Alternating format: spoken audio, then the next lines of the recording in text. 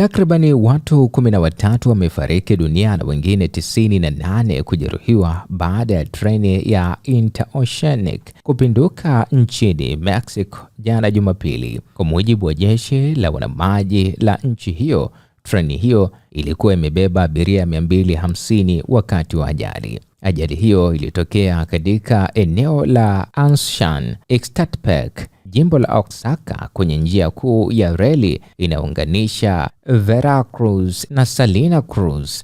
Jeshi la wanamaji limesema watu 36 walilazimika kupelekwa hospitalini kwa matibabu, huku wengine wakipata majeraha madogo.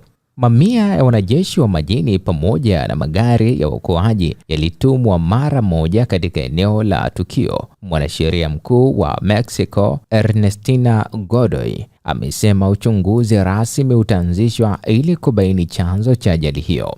Rais wa Mexico, Claudia Sheinbaum, amesema amewaagiza waziri wa jeshi la wanamaji na naibu waziri wa mambo ya ndani anayeshughulikia haki za binadamu kufika eneo la ajali na kuwasaidia familia za waathirika. Treni ya Interoceanic inayosimamiwa na jeshi la wanamaji ilianza kufanya kazi mwaka 2023 ikiwa na lengo la kukuza uchumi wa kusini mwa Mexico na kuwa njia mbadala ya usafirishaji wa mizigo badala ya mfereji wa Panama.